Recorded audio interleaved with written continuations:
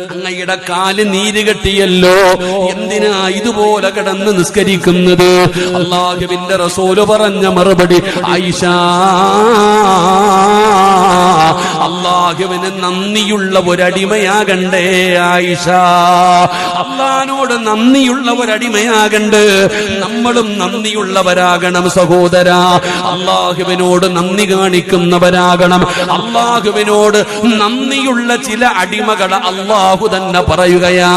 അല്ലാഹുവിന്റെ വിശുദ്ധമായ ഖുർആനില് അല്ലാഹു നന്ദിയുള്ള അടിമയെന്ന് അല്ലാഹു എടുത്തു പറഞ്ഞ ഒരു പ്രവാചകനാണ് മഹാനായ നൂഹ് നബി അലൈഹിസ്സലാം.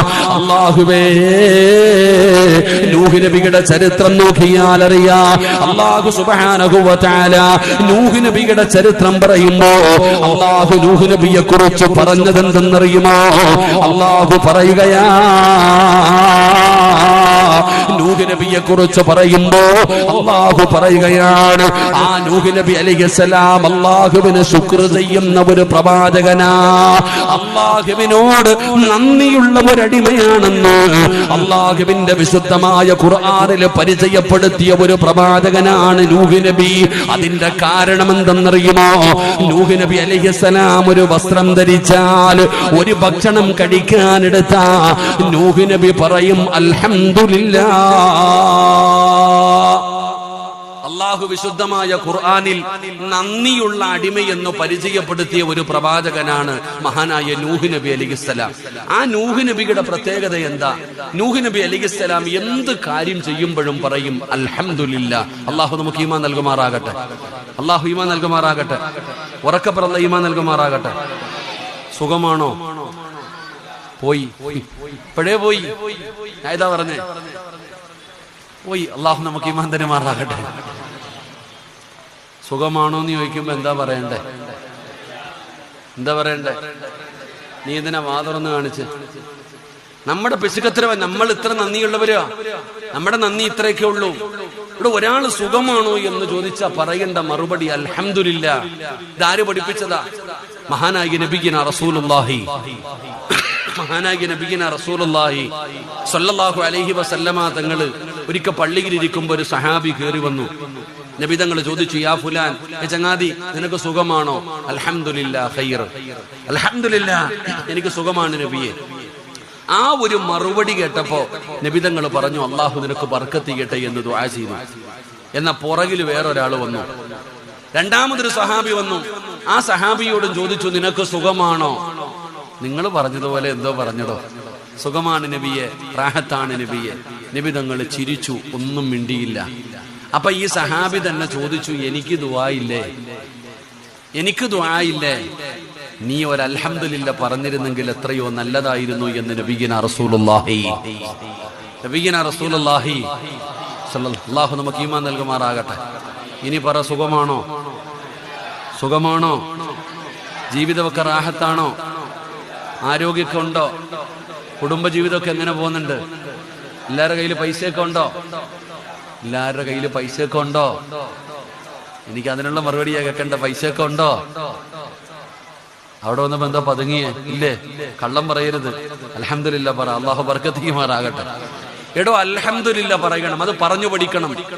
ഏത് കാര്യം പറയുമ്പോഴും അൽഹംദുലില്ലാ പറഞ്ഞു പഠിക്കണം. അത് ദുഃഖമാകട്ടെ, സന്തോഷമാകട്ടെ, എന്തുമാകട്ടെ. നമുക്കൊരു ദുഃഖം ഉണ്ടാകുമ്പോഴെന്തു പറയണം?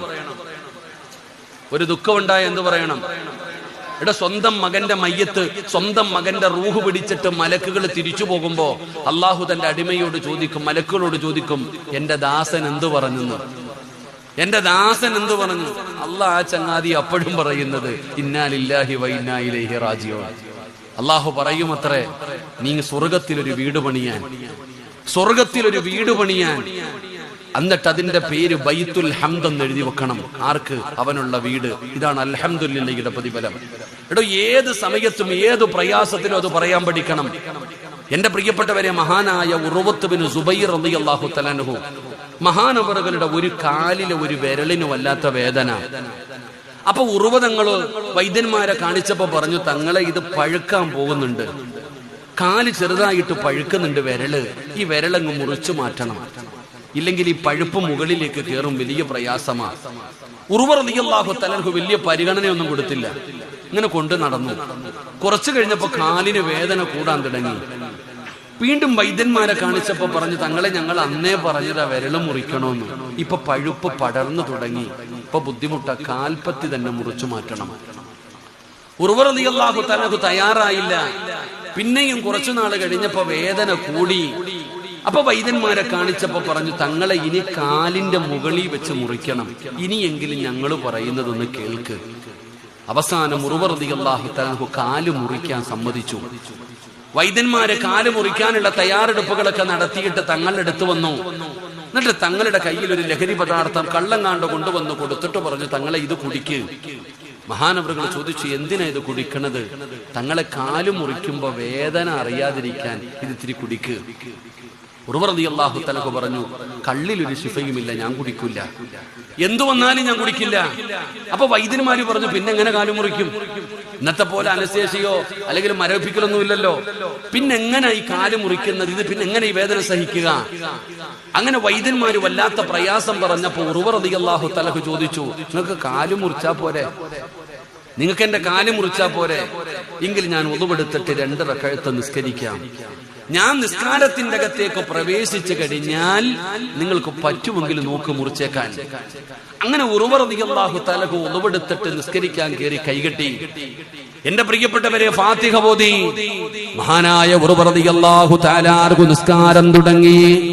എന്റെ പ്രിയപ്പെട്ടവരെ, സൂറത്തുൽ മുസമ്മിലാണ് പാരായണം ചെയ്യുന്നത്. യാ